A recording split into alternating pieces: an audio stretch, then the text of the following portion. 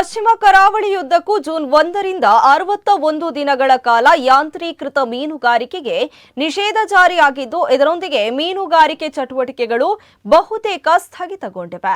ಮೀನುಗಳ ಸಂತಾನೋತ್ಪತ್ತಿ ಅವಧಿಯನ್ನ ರಕ್ಷಿಸುವ ಉದ್ದೇಶದಿಂದ ರಾಜ್ಯ ಸರ್ಕಾರ ಈ ನಿರ್ಬಂಧವನ್ನ ಜಾರಿಗೊಳಿಸಿದೆ.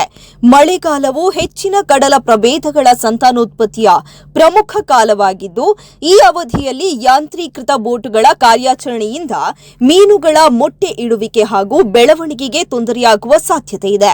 ಇದರಿಂದ ಭವಿಷ್ಯದ ಮೀನು ಸಂಪತ್ತಿನ ಮೇಲೆ ಪ್ರತಿಕೂಲ ಪರಿಣಾಮ ಬೀರುವ ಹಿನ್ನೆಲೆಯಲ್ಲಿ ಸರ್ಕಾರ ಪ್ರತಿ ವರ್ಷದಂತೆ ಈ ಬಾರಿ ಕೂಡ 61 ದಿನಗಳ ಮೀನುಗಾರಿಕಾ ನಿಷೇಧವನ್ನ ಜಾರಿಗೊಳಿಸಿದೆ.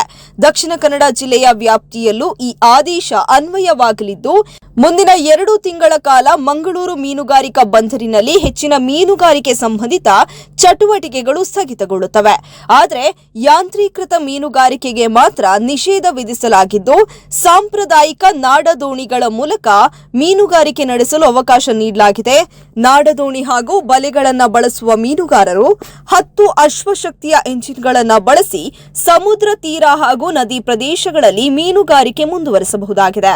ಇತ್ತೀಚಿನ ವರ್ಷಗಳಲ್ಲಿ ಮಂಗಳೂರು ದಕ್ಕೆಯಲ್ಲಿ ಮೀನು ಉತ್ಪಾದನೆಯಲ್ಲಿ ಏರಿಳಿತ ಕಂಡುಬಂದಿದೆ.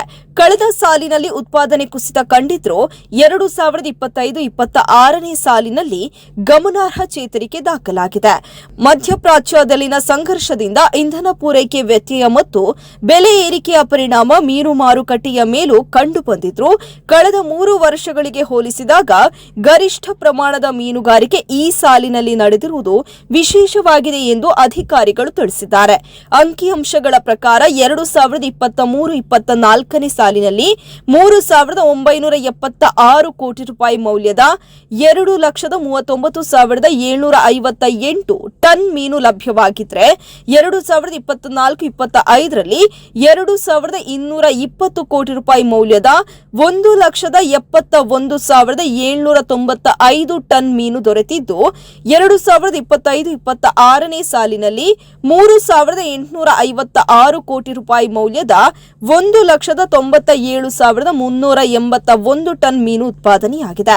ಮಾರ್ಚ್ ತಿಂಗಳ ಉತ್ಪಾದನೆಯು ಏರಿಕೆ ಕಂಡಿದ್ದು, 2023-24ರಲ್ಲಿ 6,792 ಮೆಟ್ರಿಕ್ ಟನ್, 2024-25ರಲ್ಲಿ 6,890 ಮೆಟ್ರಿಕ್ ಟನ್ ಹಾಗೂ 2025-26ರಲ್ಲಿ 19,890 ಮೆಟ್ರಿಕ್ ಟನ್ ಮೀನು ಲಭ್ಯವಾಗಿದೆ.